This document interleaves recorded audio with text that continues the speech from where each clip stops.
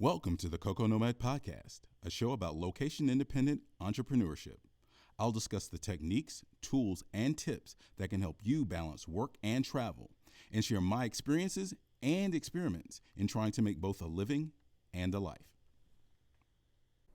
Hey everyone, and welcome back to another episode of the Coco Nomad Podcast. And in this week's episode, I wanted to talk about the importance of establishing boundaries. I've done previous episodes where we've talked about constraints and how good they are for you in making sure that you stay on track and you don't have an endless supply of time or resources, and it forces you to make decisions.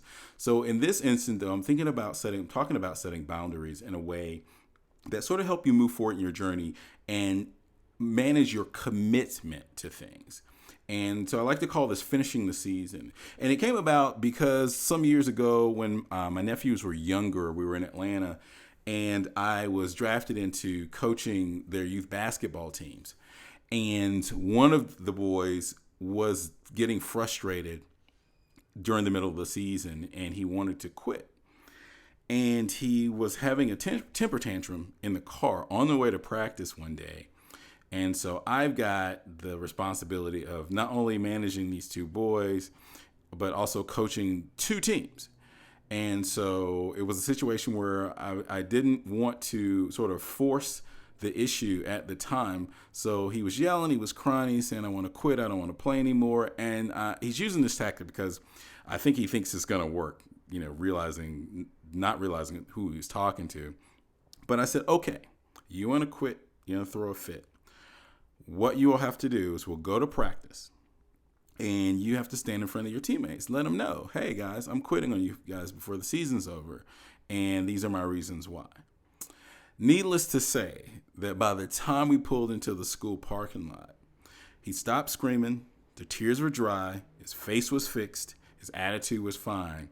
And he says, oh, Uncle, I don't think I want to quit the team anymore. I'm like, yeah, I kind of figured as much, because it's one thing to quit when you can slink away and not be responsible to your teammates. It's quite another to stand up in front of people and let them know you're going to be dropping the ball and leaving them hanging. So, and I knew this. I was like, he's not going to quit. He's just not that kind of person that's going to do that in front of a bunch of people. So that's one of those techniques that children use at home that they don't take on the road. They don't do that in public.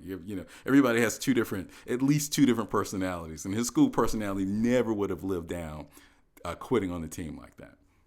So in any case, I was going to let him quit regardless. I mean, the fact of the matter is I'm a firm believer in the concept of finishing the season. And that means that you should be able to evaluate at a certain period of time whether or not you want to continue doing something. And you should not beat yourself up, and you should not consider that quitting. But you need to establish what the season is, because like athletes who play a sport and decide at the end of the season whether or not they're going to retire or they're going to continue the next year, that's an evaluation that you need to do after a substantial amount of time.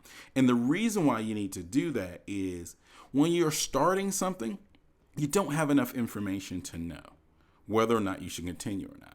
For instance, you're going through this period where you're trying to learn how to do things. You're gathering new skills. You've got new practices, new habits that you're trying to form. And until you form those habits and you do those things, you don't have enough data to know whether or not this is worth continuing. Now, the only exception to that is if it is physically or mentally really, really causing you some problems and it's not a healthy situation. But let's be real. Most of the time, we're not talking about anything close to that. We're talking about an exercise routine that you have started. There's some new skill, like a language skill that you want to learn. There's some new side project that you've launched, maybe a side business. And all of these things are going to require you to develop some new muscles, right? And in developing these new muscles, it's going to hurt a little bit. You're going to have some sore days. You're going to have some days where you don't want to go to practice. And that's why I say it's important to establish beforehand a commitment to an amount of time that you're going to continue to do something. Now, I say this as this is episode 46 of the podcast. And I set out a boundary for myself when I started this. I said I would do 50 episodes of this podcast. And at the end of that, I would decide whether or not I would continue. Was it giving me what I wanted Am I actually having fun doing this? Is it taking up too much time for all the other things that I have to do? All of these are the kinds of questions I have to ask myself in the evaluation period. But what I didn't want to do is do that too early, because early in the process, it took me a long time to actually record and process and get a podcast episode out.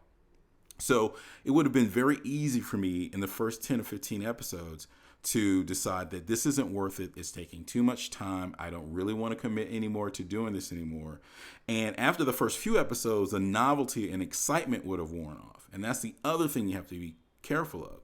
When you start something new, you're really excited. You're full of passion. You're full of energy. But you've got to get through that. You've got to get through what we call the dips. After it's not like act 2 of this story, and then determine whether or not you really still are committed to doing it. But you got to push through that, because there's a resolution in act 3 that becomes that point where you really find the even ground.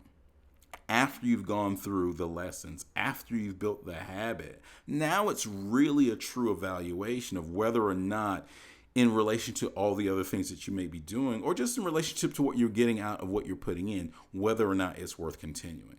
So I like to have that as a rule, to just say you're not allowed to quit during the season. But at the end of the season, if you don't want to play again, that's perfectly fine. So the takeaway here is to establish a season for yourself. Give yourself a boundary. And that boundary should challenge you. There shouldn't be something easy.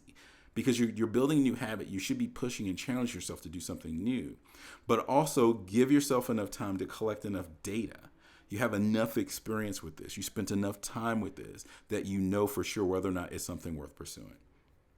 That being said, I hope you have a good week. I hope you take something positive away from this and apply it for yourself. Develop your own seasons for things that you want to learn to do and ways that you want to improve your life. As always, if you have any comments or tips or questions, please feel free to hit me up on YouTube or Instagram and Twitter. I got a little premature there about the YouTube thing. It's coming. I was going to save it. At the Coco Nomad. Hope it's been helpful. Share with a friend. Rate in the App Store. The podcast store is the purple app on your iPhones or Spotify or wherever you can rate the app, and share it to other people if you find it helpful. And I hope you have a great week, and I will talk to you next time.